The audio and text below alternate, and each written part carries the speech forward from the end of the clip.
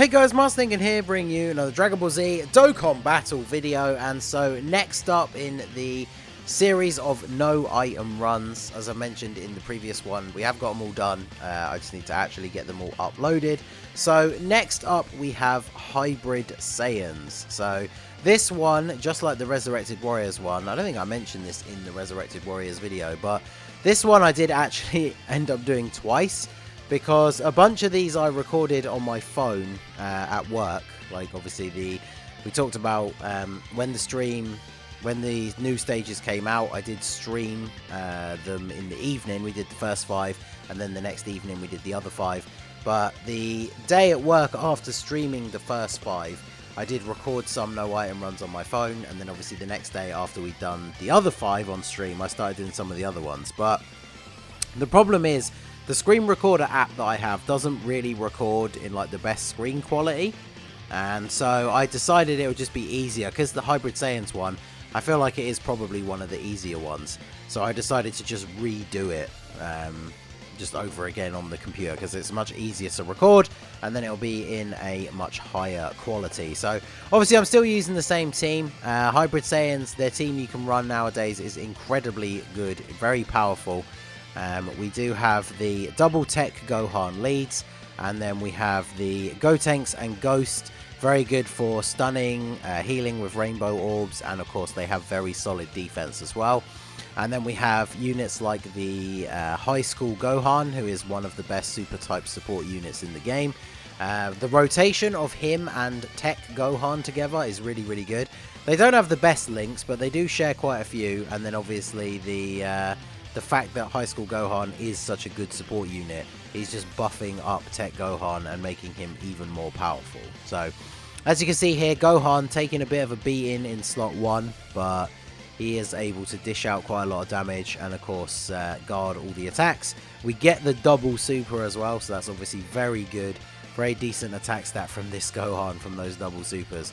And we take out Bardock here. So, one of the things as well on this team, we do have a lot of units that can stun. High School Gohan can stun. And then we have this new Trunks that released on the Saiyan Day Broly banner. We don't actually have a Youth Gohan on the team. So we don't actually have any way to trigger his unit super attack. But he's such a good support unit. 40% and free key to Hybrid Saiyans. So kind of had to run him on the team really. He's very, very good.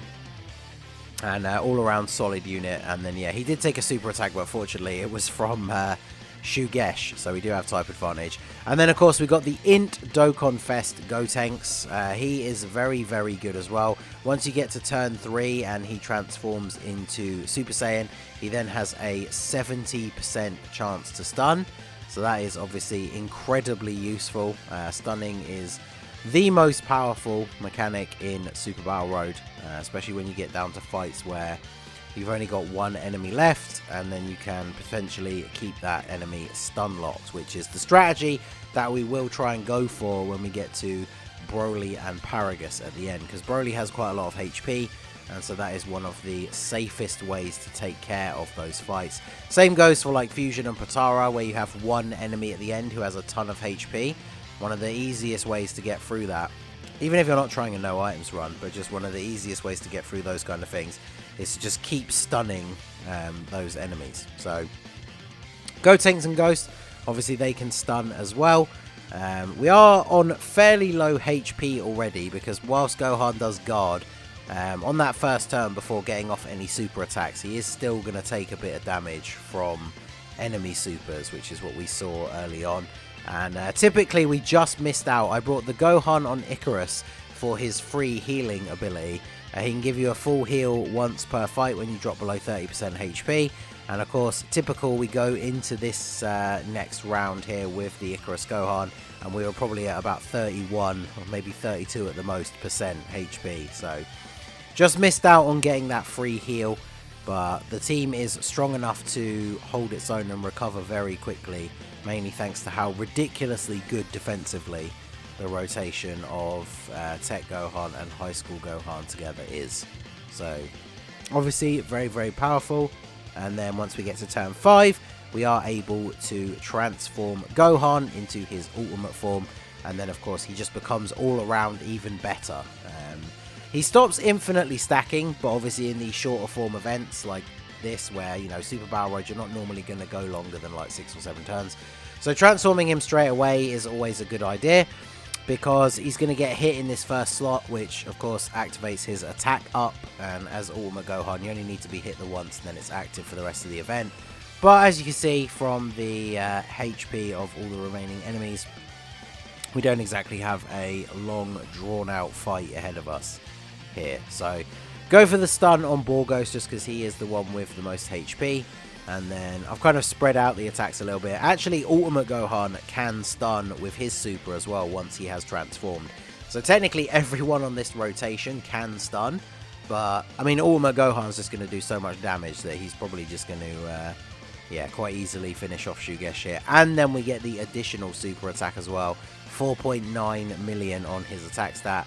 So big old damage to Tora as well.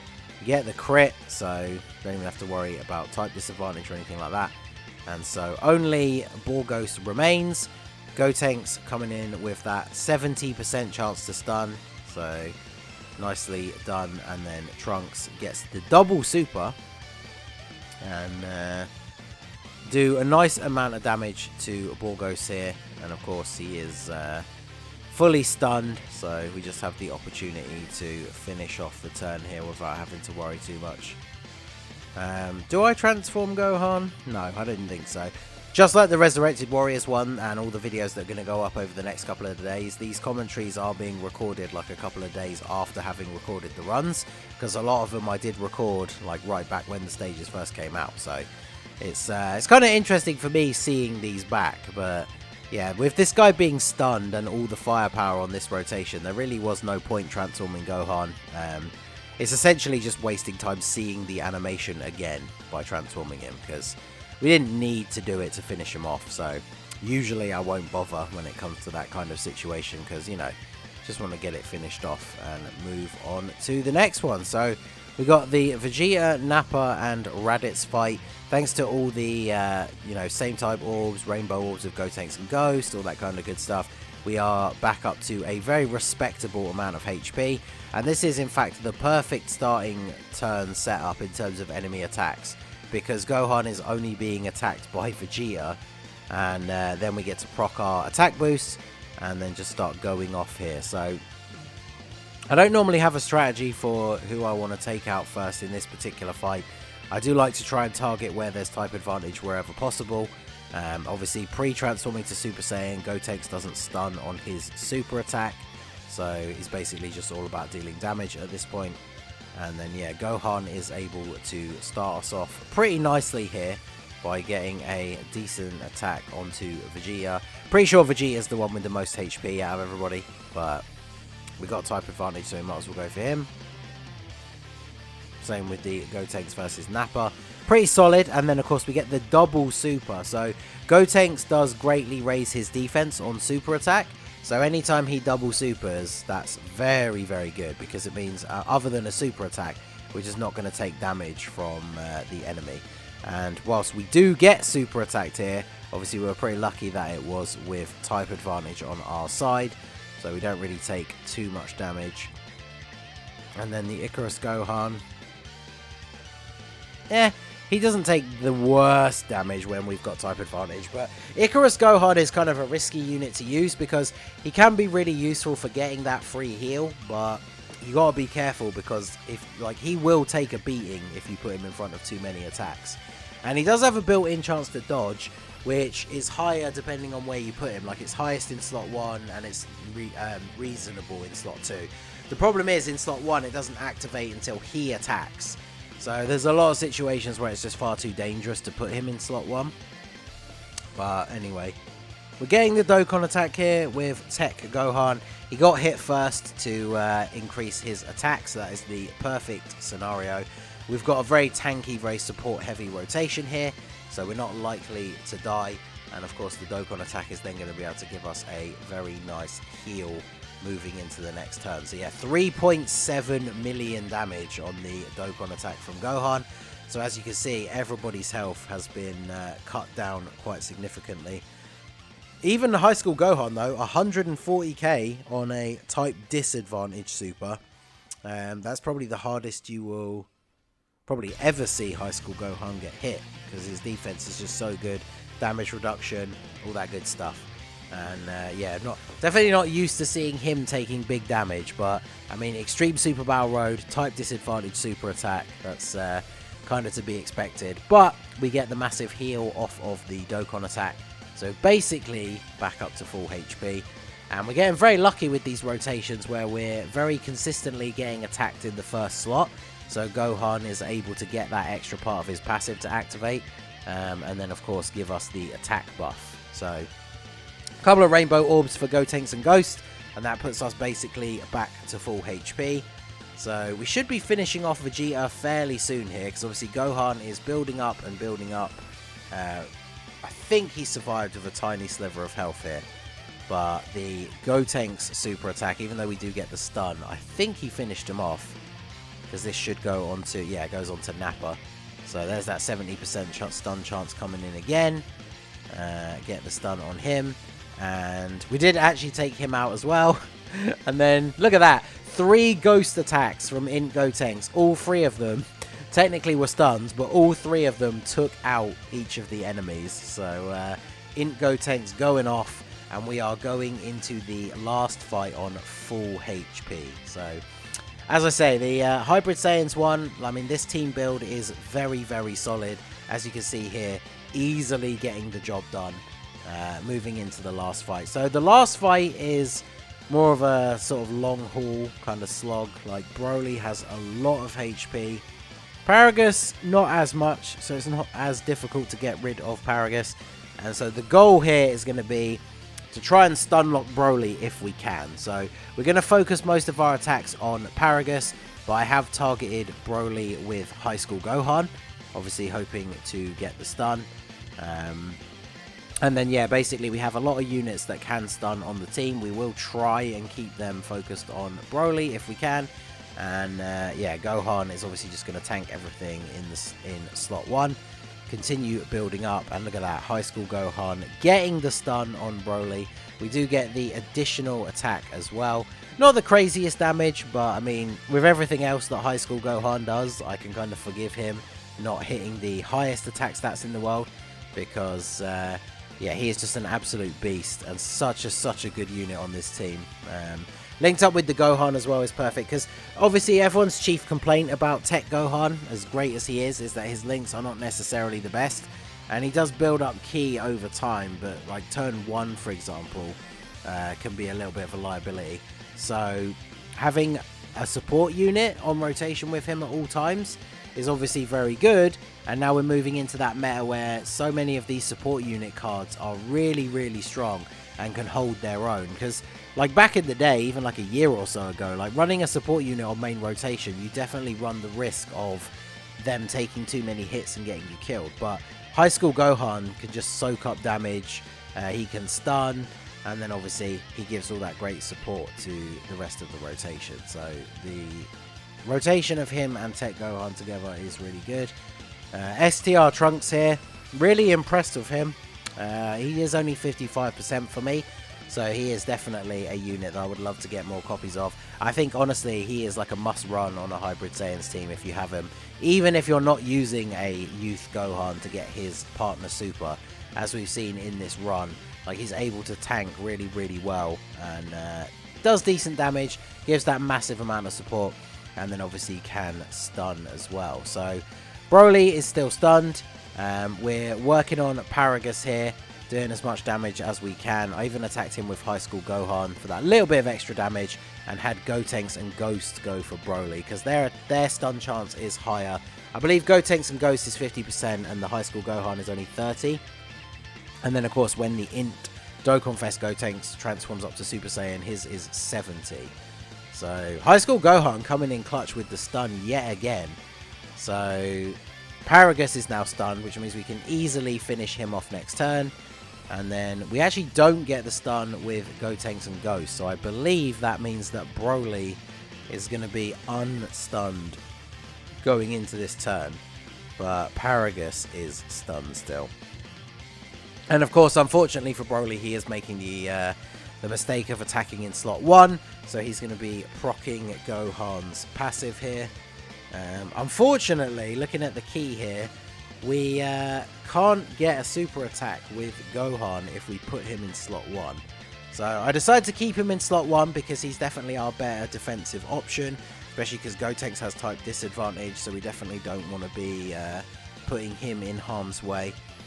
And then I think, did I target Paragus with Gohan? I hope so. Because even with a normal attack, we might be able to take him out considering how built up we are. Okay, doesn't quite take him out, unfortunately. But then look at that. Gohan coming in clutch, getting that additional super attack. Good stuff. So that means we get rid of Paragus here. Only Broly left to go. We have a very solid amount of HP. And then, of course, the Int Dokkan Fest Gotenks can come in here with the 70% chance to stun. Doesn't get the stun, but because we greatly raised the defense, even though we have type disadvantage, we barely take any damage. And then Icarus Gohan coming in slot 3.